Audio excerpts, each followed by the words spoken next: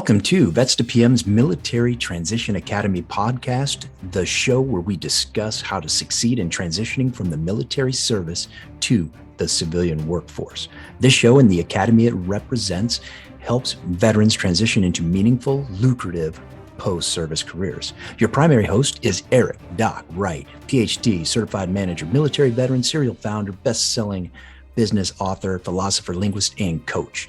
Your other host is Jeremy Burdick, project management professional, scrum master, product owner, and retired Air Force chief, and the current COO of Vets to PM and the Professional Development Unit University, where we will interview veterans successful in corporate America and business to bring you nuggets of wisdom every episode to make you more successful. Next, let's introduce today's guest. Our guest today, Alec Hall, Chief Master Sergeant retired, spent 28 years in the Air Force as a cybersecurity SME, and is the president of Alliance Cyber. He's a former assistant cybersecurity career field manager up at the Pentagon and a spokesman for Joining Forces initiative during the Obama administration. So he got to spend some time in the White House. 2015 SANS Institute Difference Maker in Cybersecurity, and 2021 Orlando Business Journal Power Player for Disruptive Changes to Industry. This conversation is pretty good, so don't want you guys to miss it, and we'll jump right in. You're about ready to hit the button.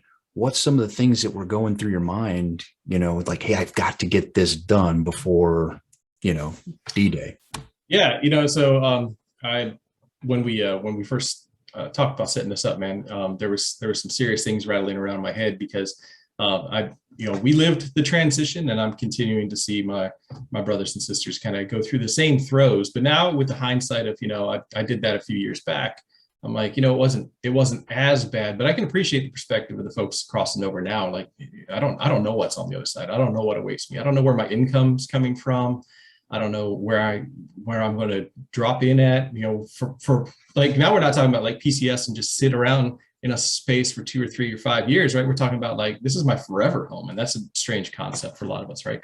But then you get into the pieces of like, what do I even want to do? What do I want to be? And it's funny, like, what do you want to be when you grow up? A lot of people ask me that, and I've asked a bunch of folks that too. But man, you can walk all the way up to the day you're DD-214 and still not have an answer for that. And what I'm finding, strangely enough, through the transition process is almost somewhere between 6 months and 3 years for some of us to kind of like click, like, wait a moment, I've done that. I'm good at that. I've got those kinds of skills and things, but what's the thing that's going to make me happy? Because now it's a different perspective, right? It's not all service before self and just giving. You actually have a moment to pause and be like, okay, what's going to make me happy? Which is such a bizarre feeling, and I'm all about it. And so, transition is an interesting beast, right? And when we go into it like that permanent mindset, like, this is my forever home, that's so foreign. Like, I still ask kids, like, what do they want to do when they grow up? Because I'm running out of ideas. It turns into one of these things where it's like, hey, I don't think I'm ever going to grow up, and I don't think that I'm ever going to stop doing new things, but in a very different capacity. It's a less temporary capacity. It's a more long road, long looking, forward looking capacity, rather than when I was in the military, I felt like everything was in 2 to 4 year stints, like this assignment, this position, the next position, so it's always in these like bite-sized pieces. Now you're out, so that structure's gone. That palace has crumbled. Now figure out where the next bulkhead is for, hey, do I want to do this? Is this something long range I want to do? And it doesn't mean that you're locked into it. It just means that it's a different mentality. I mean, what do you think about that, Doc? I mean, it's been 4 or 5 years since I've retired. How long has it been for you, Alec? I got out in 2019. So it's like, probably about 4 years, 3 years, 4 years. Okay. So, and Doc's been out for quite a bit longer. So, I mean, where does that fit in? What are you, as you continuously roll on this clock of time, where does that fit in your psyche as well? Yeah. And so here's one of the most humbling, eye-opening, either liberating or horrifying observations I've made in the last 20 something years since I've been out. I've been out so long, man, the Army doesn't even make my MOS anymore. I had a second LT ask me what I did one time in a class. I told him and he laughed at me. He's like, gee whiz, Eric, they don't even make that anymore. I'm like, I know, LT, shut up. Anyway, so when I transitioned out, I was medically out of 2 services, right? 1994 and 2003. And as you know, you say, oh, get a LinkedIn profile, get a resume, whatever. Al Gore was still inventing the internet in 1994. You know what I mean? Like, so there was no LinkedIn, there was no Facebook, there was none of that stuff. But a lot of the guys and gals today talk about the same challenges that we had back in 1994. Hey, target your resume. Don't just blanket shot it. Back then it was postal service. Hey, learn how to use LinkedIn and social media. Hey, learn how to network. I start networking. I start talking about naval nuclear propulsion or military leadership or missions and exercises. And like civilians, their eyes gloss over. They got no idea what I'm talking about. They got no idea how that's valuable to them. So a lot of the challenges 20, 30 years later are still the same challenges, right? What am I going to do now? You heard Alec say, hey, what do I do when I grow up? Well, there's no master sergeant. There's no sergeant major. There's no commanding officer like mentoring you and helping you grow up. It's all on you now. You and mama or you and papa figure out what you want to be when you grow up. So that's a really crazy observation. And now, yeah, the horizon is not next 2 years PCS, next 4 years, next whatever. It's, hey man, what do I got to do? So what I tell vets is, hey, take the pressure off yourself. The next gig you get out of uniform ain't going to be your last. And you probably, I mean, look at, you know, Alec is talking about, dude, you can't even believe the guy's a grandpa. Look at him. He looks like he's 28 years old, right? He just learned to shave yesterday. The reality is you probably are going to have a second entire career before you retire again. So you don't let yourself off the hook. There's the loyalty thing is gone. The commitment thing is gone. The honor and all that stuff that you learned, it's pressed into your DNA. Still bring that to your company. Still bring that to your teams. But dude, every 18 months, the other team across town throws more money at you or a signing bonus. You can go play for that team and win a pennant. Nobody cares in the Civ Div. It's all about, can you help us win pennants, man? Right? So you don't have to figure out what you want to do next. You can figure it out as you go. The trick, in my humble opinion, is just make sure you're parlaying it.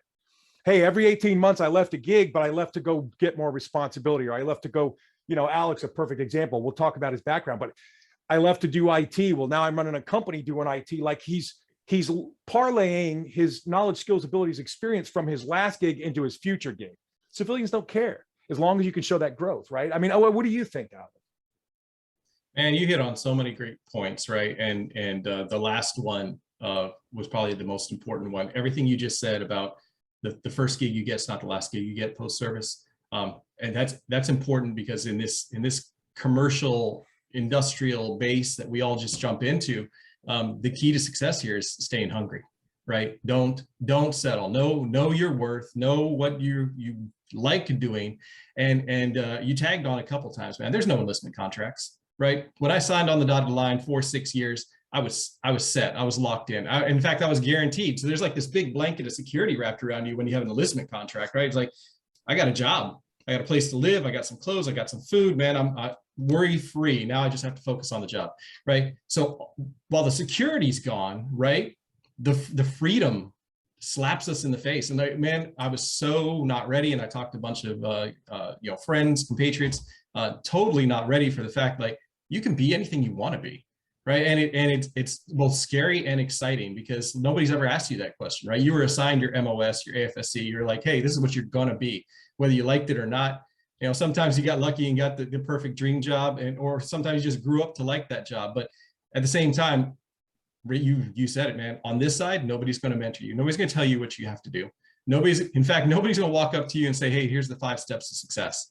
They're not interested in your success, man. They're interested in theirs. And if you can parlay your experience to help them succeed and you succeed at the same time, that's what it's all about. And so, man, you touched on networking. And let me tell you, from my perspective, and they tell us in TAP class, they tell us, like, you know, when you talk to folks who successfully made that crossing, you're like, okay, so what's this networking thing all about, right? Because in the military, we walk in the room, our networking's all over our chest and our arms and our necks, right? We're just like, we walk in, oh, hey, Lieutenant Colonel, hey, Chief. I mean, that's all I need to know about you. I read some of your ribbons, see where you've been, see what you've done, look at your badges. Your whole resume walks around with you, right? So networking is instantaneous, right? And we just have this common culture of understanding, like, if you got this badge, if you got this rank, we know what you're about. Now you get out here and you're just like this, like, what's What's this tell you about me? Absolutely nothing. I could have been a librarian for 20 years. I could have been, you know, a CEO of, you know, a commander of some large, you know, earth destroying entity, right? But this doesn't sell any of us, right? And I will say, we'll start on the transition part, and I'll come back to networking. For your transition piece, there are two pieces to it, right? You have to start early, but in starting early, know that you're not going to finish everything on your transition plan by the time you reach the door. It's impossible. There's just so many unknowns on the other side, right? So the start early pieces, what do I mean by start early, right? You got to start your networking. You got to start your resume. You got to start your elevator speeches. All that builds into what you're trying to develop personally, your personal brand, right? When you're walking around on the street, meeting folks, trying to, you know, engage a future employer, engage a potential client, you got to have that brand, and starting that brand starts on the uniform side, right? So you got to start early. And then of course, there's the pieces, a lot of folks, if you're like me and you're in the service forever and ever and a day, then you also have to start the medical processing pieces, because we neglected ourselves, right? That appointment will come later, and we'll talk about, you know, the medical and getting prepared for that kind of separation through a different thread. But I'm telling you, the preparation, all the effort you put into transition, it has to start early. A lot of folks are like, oh, give yourself a year or give yourself 6 months. Man, if you're not talking about your transition like 3 years out, if you're not like at least thinking about it and starting honing in on like, what's my personal brand? What do I bring to the conversation, and how do I want to present myself, and where do I want to be? A year is not even enough. But then fast forward, the day comes, DD-214 day, right? Okay, I've got it. You know what you don't have is any idea of like, what's my income look like, right? If you're lucky, you maybe have a job offer and you know what that's going to bring. You might have read the retirement table, and you have a notion of like, okay, I'm going to get so much in retirement if you're eligible to retire. The new retirement plans, you know, there's like, you got to wait for some money, there's some kick-ins. So that source of income is really weird. If you're going through the process of working a VA disability claim, maybe I get some money, maybe I don't get some money. And then even when that's kind of starting to settle down right after your DD-214 day, right? It's still, until that check drops in almost like 2 months after all the processing, right? You have no idea, like, okay, what's my financial stability like? And so that's the pieces you can't know. And that's really the scary piece for a lot of people transitioning, right? You're going from that nice warm blanket, stable job, stable income, into an unknown, like maybe I get some money, maybe I don't get some money. How much money do I get? Can my family survive on this, right? And so that crazy unknown, I've watched people just spiral through the transition. Like I have to jump on this, the first thing thrown at me, right? I've got to grab the first thing that's going to throw a check my way, because I don't know if I'm ever going to get fed again in my life. Man, there's plenty of food out there. It takes hunting though. You have to hunt, right? So that's why we'll go back. You have to stay hungry in this industry. You have to stay hungry in this civilian world, because if you hunt it, you will find it and you will succeed. But a lot of us just hit the panic abort button right now. We're just like, I got to grab the first thing going. And so it's good that you said, it's good that you said, you know, there is no like enlistment contract. There's no commitment. That first company is not the last company. That first gig is not the last gig, because you're going to learn a lot about yourself after you cross the finish line. It's the before piece. I know it's scary, but you know, you got to get across the line, jump in the pool. The water's fine. I'm telling you, just come on over. It's really good to be on this side.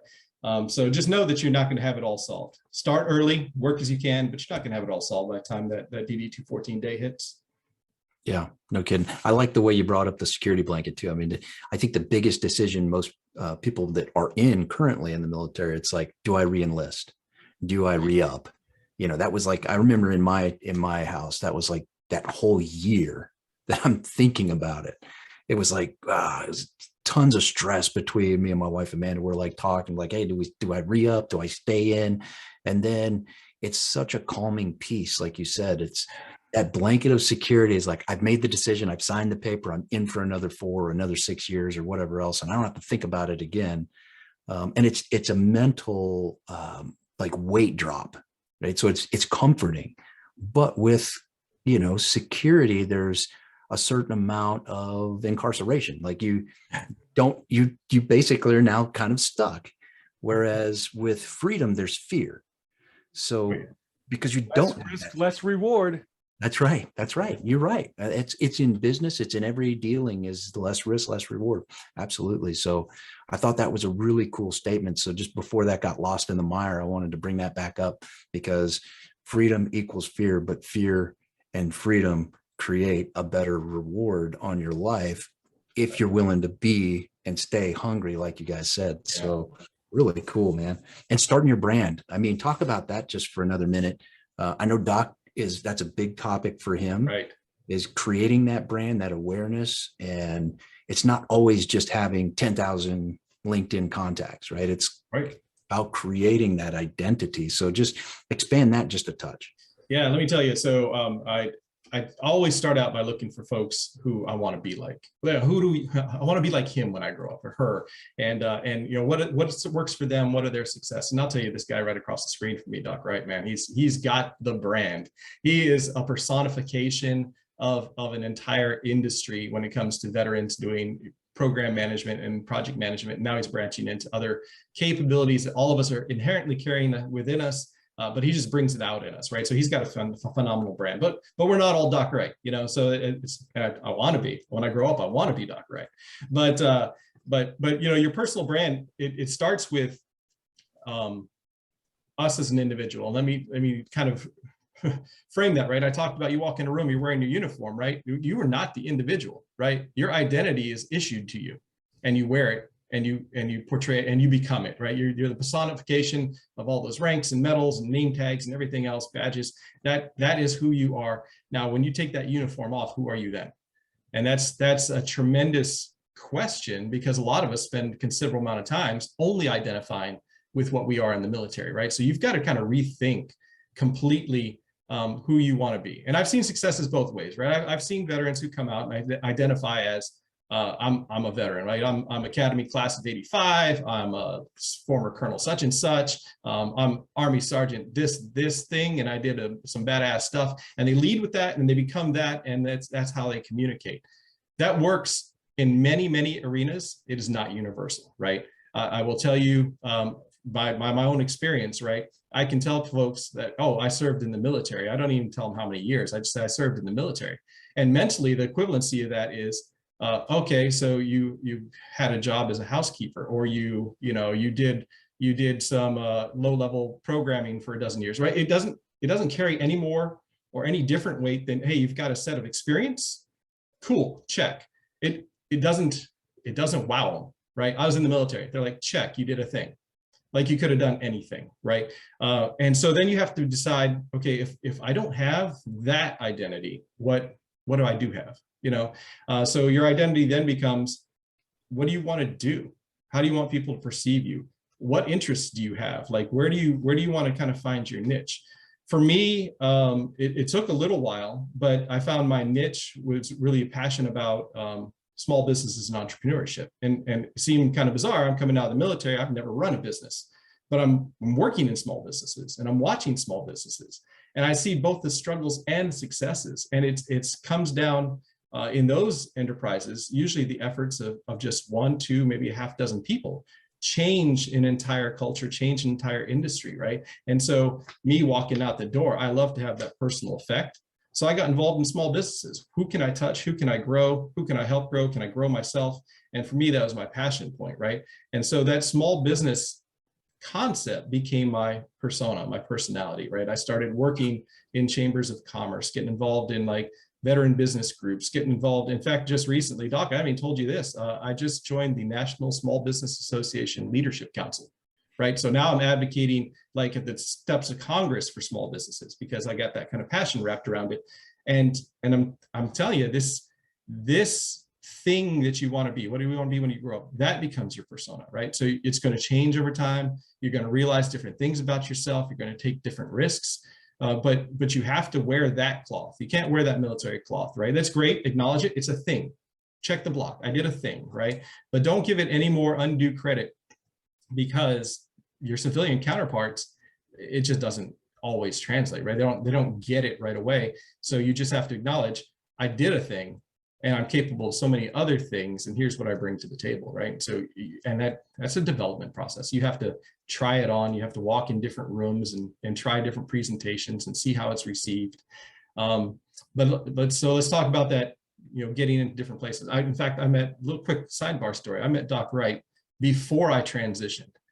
because I took the uniform off. I put a jacket on, and I walked into a veteran business owners kind of consortium. It was a club, right? It was a small support group. I don't know, with, just a bunch of veteran business owners who were interested in either doing veteran to veteran business, with each other, or, leveraging their contacts, like, hey, I know a guy who does a thing, and then growing their businesses. So I thought, wow, what an amazing organization. But I didn't walk into that room because I was a veteran business owner.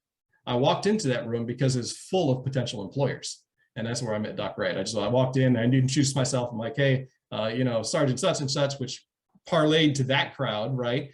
And I said, I'm a job seeker. And I think Doc was one of the first people to come up and shake my hand. So I was very fortunate. The guy didn't offer me a job, but that's okay. We'll get to But Alec, a couple things for all of those of you listening in MTA Podcast Nation. I mean, let's slow this down. I'm the slowest dude on the track, so let's make sure that you heard some of these wisdom nuggets that Alec's dropping on you. First of all, when you hear him talking about value and value proposition statement and what am I going to be when I grow up, you've heard him mention a couple times in that statement. He explicitly states what value the person that he's interacting with is going to get out of that relationship. So it's not just help me because I did a thing. It's, hey, I did a thing, which means I'm a badass like this, and that helps you like this. Okay, cool. So now the person's listening, because we all want to see what's in it for us, right? I mean, whether you admit it or not, it's how do I take care of myself first, and then how do I take care of my tribe second? That's how it is, right? Yeah. Okay. The second thing he mentioned too is he walked into the room full of people, probably scared to death, but full of people that could help him. But he already knew how he was going to help them. So he was confident to walk in the room, and he was cool cucumber on an ice cube, humble about it, right?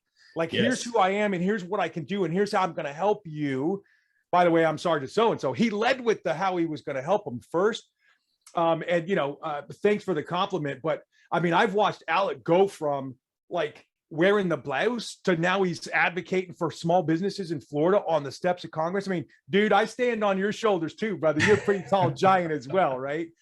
That's why he's on the podcast, because I just knew that he had such great nuggets of wisdom to spout for you all.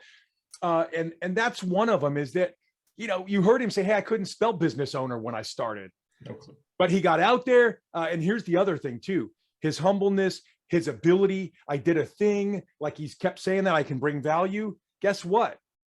He started with a company and then started his own company. Why? To take care of customers the way he thought that they should be taken care of, with the ability that he brought to the table.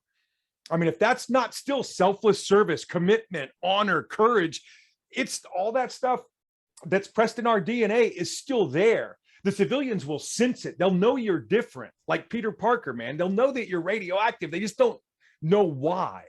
Okay, they don't owe you anything, but man, you can really lever that to just crank some balls over the back wall and win some games, man, that nobody thought you could win. So Alec, what a cool thing that you're into that arena now, like advocating for small business as well. So tell me a little bit about, so you've had several big transitions in the last couple of years. Okay. Military to CivDiv, the civilian workforce, and then CivDiv to running your own show. Right. So like, how did that dialogue in your head go with, hey, honey, so I had this idea while I was shaving this morning and ... Like, what was that conversation? Yeah, you talk about some trepidation. You're absolutely right. I took off the security blanket of military service, and I wore it well, right? And it was great. But things had to change, right? For my family, for myself, and frankly, I rode that train, right? I'd kind of maxed out all the benefits I could squeeze out of that. So, service before self, but I was still collecting a little bit of self-interest there. And once I realized that that no longer balanced, it became clear it's time to do my transition, right? But so then I, like you said, Doc, I transitioned into working for a small business, seeing how that operates, seeing what success looks like, understanding more about, how to define the targets, because small businesses don't have the flexibility to chase everything at once, right? These are very deliberate investments, right? This is the thing this company is either going to stand for or approach or attack. And they put all the resources. They don't have any more chips, right? They just go all in on some of these things. And sometimes you hit it, sometimes you don't. But then you start to understand like what these small business owners are doing, in a sense, is exactly what the military trained us to do, right? They're executing leadership, right? They're conducting their platoon or their squadron in a certain way to meet a certain success. And I was like, wait a moment, I understand object-oriented success, right? Given a target, given a goal, like I can go take that hill. Perfect, train for that. I can do that. There's things about like, okay, decision-making. So you get around like, you start thinking about, if I only have 15 objectives and one that I can accomplish, how do I do that process of elimination? That's risk management. They teach us all about risk management in the military, right? So you have to, okay, here's my 5, 10, 15 meter targets if I want to get after that, right? And you start putting that together. Some people call that project or program management. Goes right back to Doc's sweet spot. And so we are enabled and imbued with these skills of making those kinds of decisions. So I will tell you, when I first started thinking about running my own business, absolutely scared, right? Because I'm going from somebody's putting the food on my plate to now I have to go hunt and kill my own food, and I could starve, and that would be bad, right? Because it's not just me, it's my whole family. And so in making that decision, there was a couple safety nets, I'll call them, at least in my case, that being a veteran afforded me, right? So if you have served time enough to collect a retirement, you've got a little bit of retirement income coming in that provides you some security. If you've got, by chance, a service-connected disability rating or something, you're collecting some income from that, right? There's some points where you've got a little bit of security that maybe your civilian counterparts who just jumping into entrepreneurship don't have, right? And then I call it one of the best kept secrets because I'm just surprised by it every single day, but everybody tells me they knew about this the whole time. So maybe I'm just a slow guy in the room. As a veteran business owner, there seems to be an infinite and unlimited number of resources and tools available to you.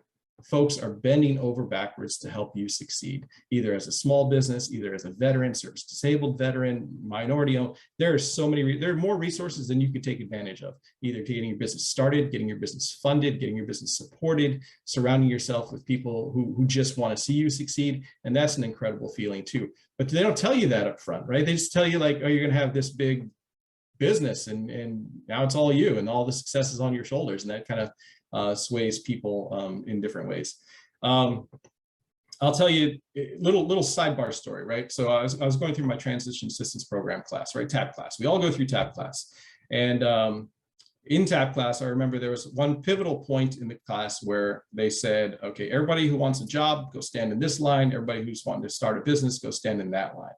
And at that point in my transition, 6 months, a year out from actually losing my last paycheck in my mind, I had no idea. Like I had to go to the paycheck line. I had to go get the job line because I have no idea what's on the other side of that curtain. I don't know. There were like 3 or 4 folks standing in the entrepreneurship line. I thought they either knew some wicked magic, had some supreme intelligence, or were just the craziest daredevils I'd ever met. Because who would go out and say, I'm going to forfeit an income potentially to take this, what in my mind was this tremendous risk into the unknown. Like if I start a business, will they come? Will folks actually participate in this?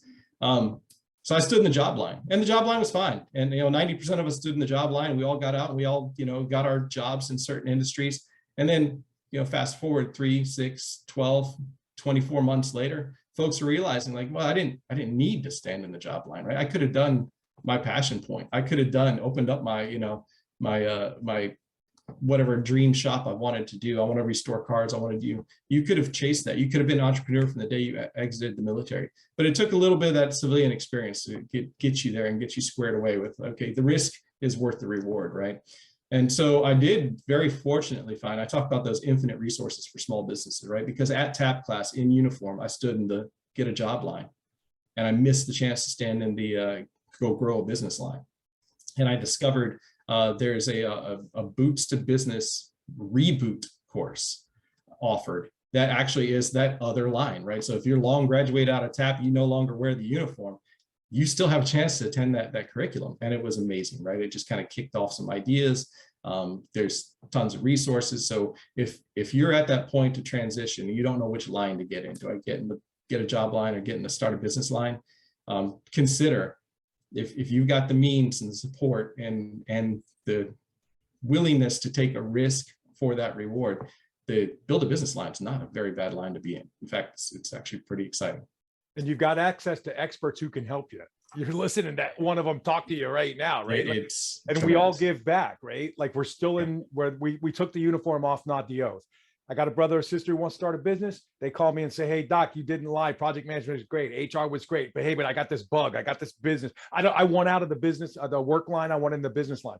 Cool, man. Tell me about what you want to do. Who are you going to do it for? How are you going to feed your tribe? Like, let's start walking you through how to do. And I hate to say business plan and make it so formal, but like, how are you going to codify your mission op order to go kick that door in? Yep. How do you identify the door? Which door? How do you know it's the right door? Like what's on the other side of the door? What's going to be the benefit for the risk and reward? I mean, you can reach out to Alec. You can reach out to Jeremy. I mean, there's all kinds of folks that can help you go kick that door in successfully. JB, what do you think, man? I think it's great. I mean, honestly, I was right there with them. I think that fearful last paycheck and that, that resounded with me because I actually thought that myself. I was like, okay, there's a date where the military is no longer going to cut me a check. Yeah, sure. There's a part-time job that I don't have to go to. That's your military retirement, but it's not enough to survive or live on. So don't like that. That's gone. That's in the rearview mirror. With inflation and everything else going on, you're slowly working your way into poverty if you don't find some other options. If you're lucky enough and you've got some disability, great. I shouldn't say lucky. You want your health more than you want the disability check, for sure. However, the point is the fear of the last paycheck is real. And fear will motivate you to do things. And I will say that I was wanting that security blanket more than I was wanting the reward. So I went right with you. I was right behind you, Alec. I was like, dude, I'll take a paycheck. I'd like that.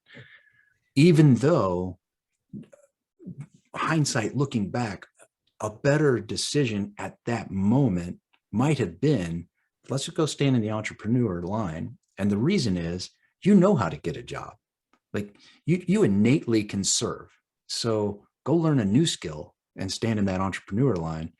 And if it doesn't work out, you can't figure out an idea what to sell, transmuting that mental energy into some sort of a product that you can sell somebody, then go stand in the line and go help them do what they're doing, right? Go help them, like Doc says, win a pennant, go get a couple rings on your finger and go crush it, because you kind of innately have been doing that for however many 4 to 28 years in your case, right? So it's, you've been doing that. You've served other people's initiatives. So you're already trained in how to take someone else's vision and create some value from it. So you can figure that part out. So I really like it. I mean, and in fact, like I said, I would have had I done things over, I would probably go to the entrepreneur route just because it's new knowledge.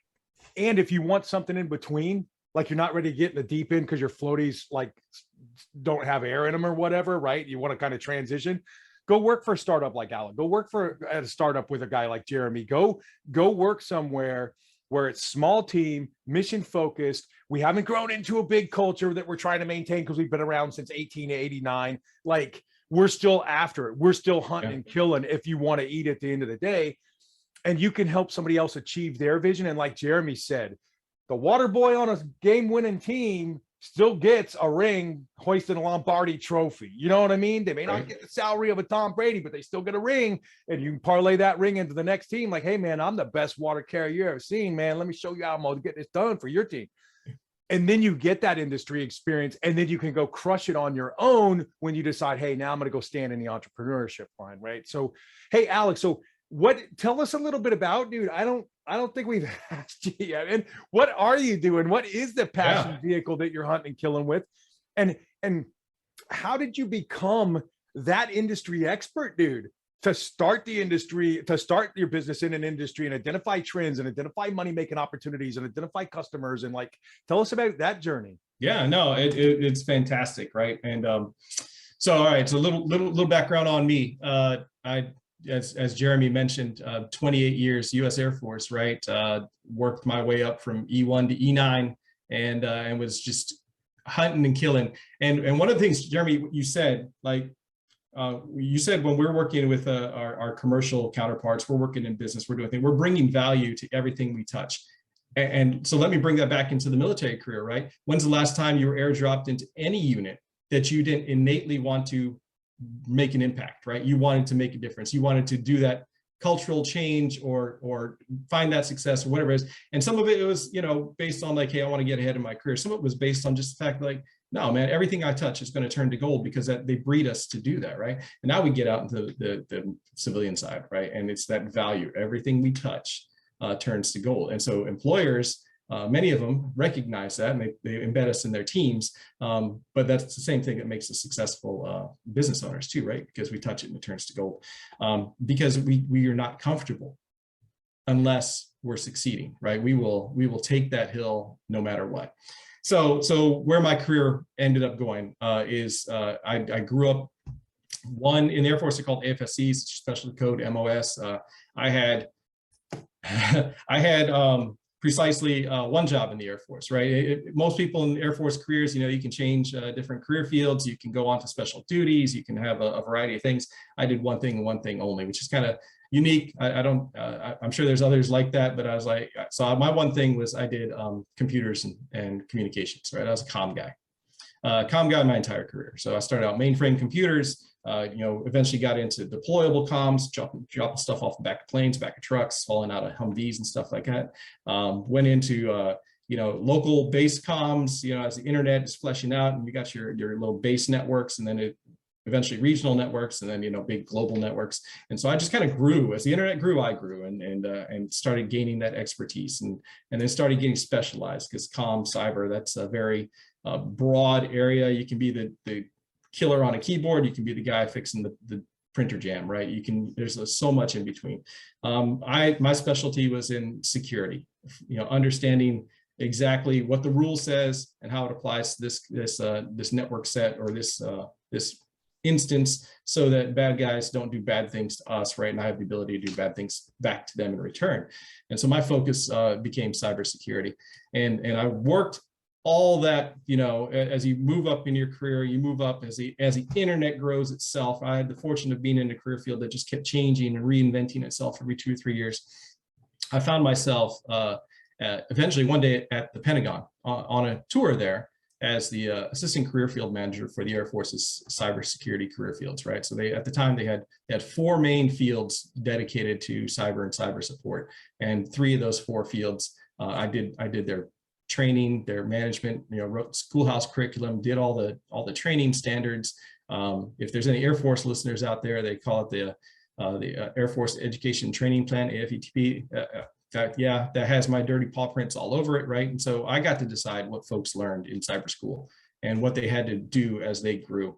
And that was pretty eye-opening. It was fascinating to go from the doer to the guy who's like, okay, now this is the standard for everybody to do, right? And Doc, you mentioned just a little bit, you're working on your Security Plus, bringing that into your industry. I was the one that kind of helped bring Security Plus and certifications into the DoD standards. So it became part of our training curriculum when I was still in uniform, right? So that was my first exposure, sitting up at the Pentagon in those very strategic decision-making places. You know, my boss was a 2-star, and he had the no kidding. You know, if there was an Air Force instruction or a regulation or something, it was his signature on the front page, and it turned out it was my words on the back pages, right? And so, very interesting position to be in, to start influencing some of these decisions. That spark, Doc, you're talking about, like what made you change into that guy who could walk into a room and just kind of start commanding things. That change came while I was at the Pentagon, and the Pentagon's fascinating, right? It's, you know, 5 sides, 5 stories, 5 of everything, and except services now, because they got that Space Force guy just moved in. But it's actually really small. Like the guy that writes the instructions to train cyber folks in the Air Force, that's the guy, right? So there's the guy that does, budgeting and planning. There's the guy that does training. There's the guy, 27,000 the guys, but it's a big DoD department. So actually the depth in some of these areas is not that deep, right? There's not volumes of people like me sitting up in the Pentagon. There's like me and like 2 other people who make these very critical decisions, and the 2-star signs off on. So when it started coming down at this particular point in history, veteran unemployment was skyrocketing. It was almost double the unemployment rate in the civilian industry. And I'm sitting up in the Pentagon, and this is weighing heavily on the head of the administration at the time, right? And they wanted to do something about it, right? They wanted to rally academia, educational institutions to start doing programs to help veterans. They wanted industry to start setting up, transition plans and hire more vets and change their targets for vet hiring.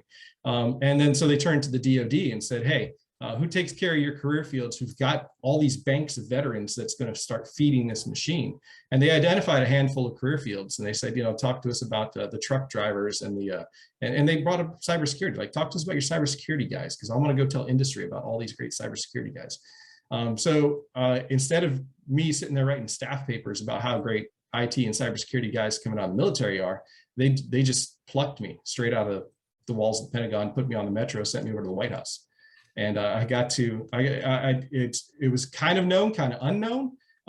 They said, go to this address. It was 1600 Penn Avenue. I was like, okay, walk up to the gate, give them my name. They said, walk right in.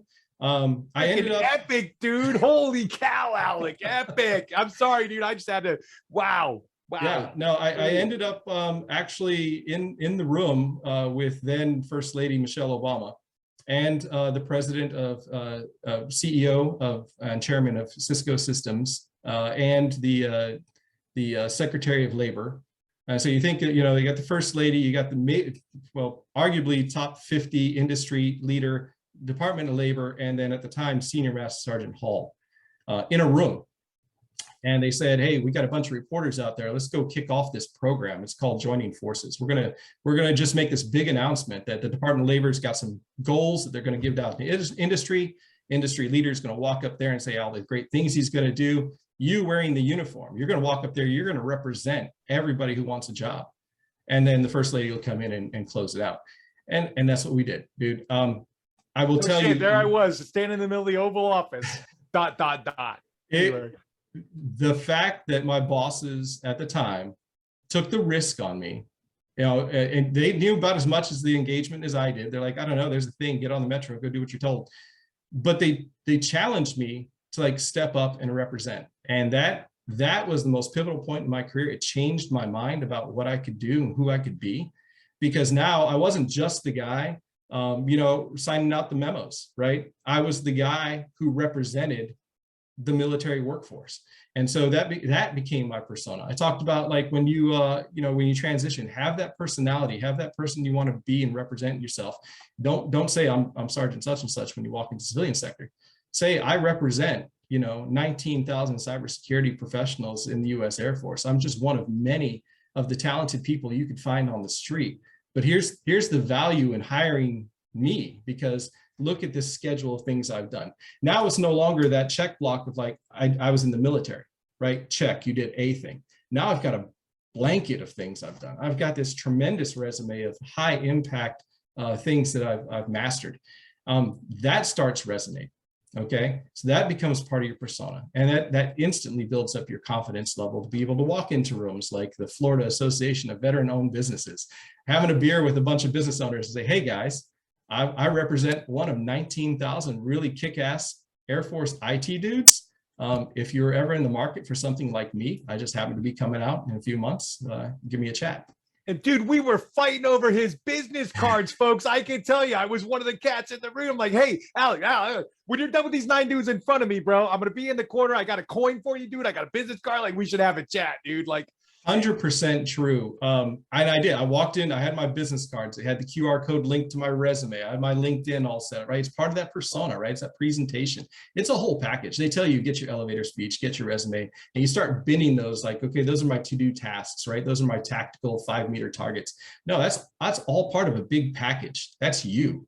That's just different venues to present yourself, right? You got the paper self, you got the online self, but you got the self, right? And so I'm gonna bring it right around to networking, right? Jeremy, you asked about networking earlier and the value of networking. I will tell you, I can't emphasize enough, man. I cannot emphasize enough. When you walk, into a job interview, or you're online, you're applying for jobs and you're dropping resumes, right? What they know about you is a piece of paper. And you're instantly forgettable because there's millions of pieces of paper floating around, right? When you walk in and you make that one handshake, you're one handshake away from your future employer, your future business partner, your future customer. And if that person you're shaking hands with isn't the next great thing you're looking for, they too have networks. And suddenly you're not a piece of paper. You're that, hey, wait, I know a guy who does a thing, and it echoes across their networks. Networking is key to get yourself known, recognized, and brought into conversations like this, right? I mean, Doc didn't just find me on a street corner and said, come stand in here with me. It's those networks, folks. He saw me personally, and then he heard my voice echoed. Everybody he met is like, hey, did you meet this guy over here? He's like, yeah. And that echo chamber just reinforces what folks know about you. It starts bringing your brand around, and somebody in those networks of networks has something for your success, and you'll find it that way. You're not going to find it on the back of a piece of paper. You're just a million pieces of paper, right? So you've got to get out and explore your network. And because we're all part of the same veteran mafia, man, it's magnified. So I can't tell you how many times I've reached out to Alec, said, hey, Alec, I got a guy, or hey, Alec, I met a guy. I'd like you to have a chat with him. Here's why I'm sending him to you. So now it's not a cold handshake. Oh, yeah. Alec knows exactly who I'm sending him, and he knows exactly why I'm sending him, and he knows exactly what to start a conversation about. And he walks in, or he calls, or he emails, or whatever. And 2 days later, because I'm working with a vet and I'm working with the guy like a giant like Alec, I get an email says, hey, bro, just wanted to give you sit rep on so-and-so, here's where we're at, here's what we're doing. Cool thing. And speaking of representing, I got to sit next to Alec, 3 or 4 weeks ago, and have breakfast at the mayor's breakfast. Every mayor in Brevard County, Florida was there. Yeah. And he's still representing the IT cyber professionals in the military. He's just doing it for his own company now, just doing it under a different guide on. But man, I'm telling you, gang, what a rep you got. If you're coming out, you got to know this cat. It's tremendous. It's tremendous to have that network of networks. And so it works in ways you wouldn't even expect, right? So I'll relay something. I don't know if the young man in my mind has followed through on what I asked him to do, right? But there was a unnamed guy, because I'm real bad with names, who was on LinkedIn. He's probably 6 months, a year out from his transition, and he's posting his own personal story about, man, I'm on that scary side. I don't know what comes next. I don't know how to do the next thing, right? Anybody got any advice? And I felt it. I was like, I know what you're talking about, but it's not that scary. So I reached out to him on the messaging side. I said, hey, brother, it's not that bad. The things you describe as what you want to do, what you think you want to be when you grow up, that's achievable, right? But it starts with, talking to the right people. So I dropped some names. In fact, I dropped your name, Doc. I said, if this is in your future, here's a handful of folks you need to connect with. And I didn't leave it at like, here, go bother these people to stop bothering me. I did the warm handoff, right? I did the intro email. I said, hey, send me your resume. Let me drop a couple golden nuggets on you. The paper is important, right? But you're not just the paper. It took, I want to say it took probably 20, 25 minutes of my life to give this guy a nudge in a direction that may change his life, right? So that network pays dividends. And because we've all crossed that line, we've all jumped that hurdle between, wearing the uniform into the civ div, we understand, so use those resources. Your networks are where you stand, who you talk to, and then find out who they talk to and find out who's in the areas that you want to be in. Those are your networks, man. And speaking of staying humble, gang, I don't want you to be listening to this and think, holy cow, Doc, what a jerk, dude. It's because they met you and Alec. Nah, I have nothing to do with it. It has nothing to do with it. What it does have to do with is I'm not hiring. I don't know how to spell IT, but I know my buddy Alec knows how to spell IT. In fact, he represented the entire IT community Air Force. I bet Alec could help him. So the two cats that Alec is talking about, both of them are now working in the industry. They're no longer as scared, at least to where the paycheck's coming from, which buys you a lot of headspace for the other stuff. You still got to take care of your heart and your soul and your physical well. I mean, there's lots of facets to transitioning, but knowing you got a paycheck coming next week and mama's feeling pretty good or papa's feeling pretty good, and the kids are going to school, and like that can buy you a lot of headspace to figure out what you want to do when you grow up, right? Both those cats are working in their field now. And it was because of a warm handshake. When Alex says to somebody in his network, hey, I got a guy or a gal, they listen to what he says, and they at least humor him and talk to the guy or gal he's giving them, right? So again, it's not Alec or I or JB, it's the power of the network. That's the lightning in the bottle. On that, your network doesn't start and stop with that job, right? So once you got that job, you got to keep feeding the network. I mean, your network then becomes the place you work, and then it becomes your customer bank, or it becomes your supplier bank. Your network always continues to grow, right? And so personally, back to the small business piece, right? As a small business, where do my customers come from? They don't know that I'm hosting my business out of a back room in my house, right? They're not going to, there's no sign in front of my house that says, come see Alliance Cyber, right? Instead, it's that network. I get my customers through that network, but that network has to be ever expanding, right? So where do I get my network, right? I join because I'm part of my local community now. I'm not PCSing. I'm not moving again. So in my local community, I joined the Chamber of Commerce. That's where businesses go, right? So I start joining the Chamber of Commerce. Chamber of Commerce says, hey, we know some folks over the Economic Development Council. All right, let me go talk to those guys over the EDC and find out what's going on and where growth is in my community and how I can change and influence and have that impact, right? We all got that Midas touch, right? And so, how can I start participating in my environment and not just be influenced by it anymore, right? And so then you hear about like, well, there's this group of veterans that have, veteran-owned business relationships. I'm like, awesome, let me go talk to those guys. I don't know if any of them needs my cybersecurity services, but they might know somebody, right? So I invest in that, right? I don't just show up to the meetings, have a few beers. I love having a few beers, but then I start investing in them. I hear about, hey, I'm struggling to get somebody to do a thing for me. Hey, I know a guy who does a thing. So let's you just start spending those 5-10 minutes enriching other people's lives, which is what we do in the military anyway, right? And then you keep that advocacy going. You keep that interest in others going. We invest in our troops when we're in the service, right? You keep investing in yourself when you're out of the service by investing in others. It's a little bit of selfless service, which we're excellent at, but I'm telling you, I keep enriching these networks because someday I'm going to strike lightning. They're going to invest in me, and it's worked, right? So I started a small business called Alliance Cyber, and guess what it does? Cybersecurity consulting around government compliance frameworks that help small businesses be successful working with the federal government. That is my niche. Why is that my niche? Because I was the federal government consumer of small business goods, and I knew the pain they were suffering every time they walked in the door. And I dropped this big Bible of like, all right, here's all the cyber stuff you got to do if you want to work in my space, right? I saw the scared look in their eyes. So now I'm on this side. I'm like, hey, it's actually not that scary. I read the book. Hell, in some cases, I wrote the book, right? So let me help you structure your business to be successful and get that government contract. And so how do I go find those companies who are trying to do that, those small businesses? I'm in the Chamber of Commerce. I'm in the Veteran-Owned Business Association. I'm in the National Small Business Association, right? I go seek out small businesses where small businesses live. It's all about the networking. You have to keep your networks rich, and you have to invest back in them, and they will invest back in you. So I'm striking gold. And you said enriching my network. Again, you're talking to a guy who's super successful, but he's being super humble, right?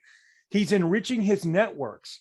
So even if I don't need something from Alec today or tomorrow, I sure as hell am going to put him in my mental Rolodex of like, holy cow, man, what a gracious, humble, knowledgeable dude taking care of other folks. Like I want to work with that guy. Like now I'm going to go look for ways to work with a guy like that. Yeah. So the civilians don't have a word for force multiplier in their vocabulary. Wow. Yeah. But that's what we bring them. And when they see it, when they've seen an Alec, they're like, holy shit, how come everybody doesn't have that? And then they just start to gravitate towards their Rolodex starts filling up with veterans. Why? Because they see it time and time again, and they know it when they don't see it, right? So it's just enriching the network, man. What a great thing. Again, he's bringing value to them. Man, that is exactly it. But you're right. Nobody once in any civilian meeting I've been in has said force multiplier, but that is exactly what we bring. That's our value, right? It's not so much what we touch turns to gold. It's what we touch becomes what we do, right? We put ourselves to everything we do 100% because It's been bred into us, right? You don't do anything halfway. And so, yeah, you give it to us, we're gonna get it done.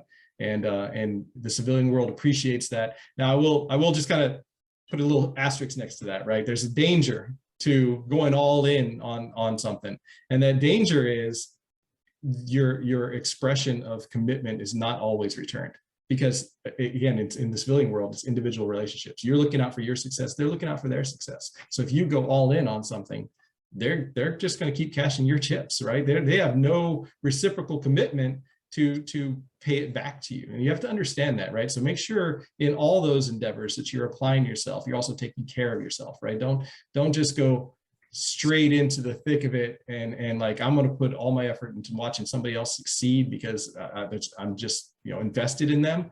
Because when they do succeed, they may not be reciprocally invested back in you. May not, right? Some cases they are. But, yeah, it's not blind service. It's producing value. Absolutely. And then it's eyes wide open, right? You know that it's a transaction of my service for your paycheck, or that promotion, or the next thing that you want, or your desires. So totally cool. So for everybody listening, I know there's a lot of packed information in this one. They're probably gonna have to hit like rewind, rewatch, rewind, pause. So let me give you some key points that Alec pointed out. You have your resume, right? But realize your resume is a needle in a needle stack. So how do you differentiate yourself? Well, it's not that different from what you did in service, right? You highlight the things that make you different, the ways you bring value. Then you have a business card, and that business card had a QR link. So that just in case I've got a million resumes, I've got this business card, I can snap it quick, check them out, and move on, right? You build a social network, but it's not just build it and walk away. You enrich it. You produce some kind of upfront value for your network so that they may pay it back in kind later. Let's see what else. Stay hungry, right? Knowing what you want and looking yourself in the mirror and figuring it out is probably half the battle. The second part is being willing to risk it to go get that biscuit. Moving on, like there was just so much, like I'm trying to remember it all, but there was so much more. And then, starting your own business, you went into a whole new frontier. Yep. And then all the things you said when you were getting out and transitioning helped your business actually become better because you had that network of people. You leveraged the knowledge that you had in the military, your specialty of the CMMC framework, and were able to turn that into a value add for other businesses. So really cool on you on that part. And how do they get in contact with you? Like if they want your services, say small businesses out here, how do we link them up with you? Yeah, no, appreciate that. So the company's name is Alliance Cyber. And so you can reach me at alec@alliancecyber.com, or just go visit www.alliancecyber.com. My webpage is out there. And yeah, so there's a various ways. I say my company's Cybersecurity, but I think as you heard in this discussion, my company is about enriching relationships, right? So I'll take all comers at any state. And I'll tell you, my passion point is small businesses, because he's seeing those home runs, right? It's hard. I think if you get sucked into one of the bigs, it's great if you're working for big corporate industrial and you're a cog and you're making a difference in your 5 cubicles.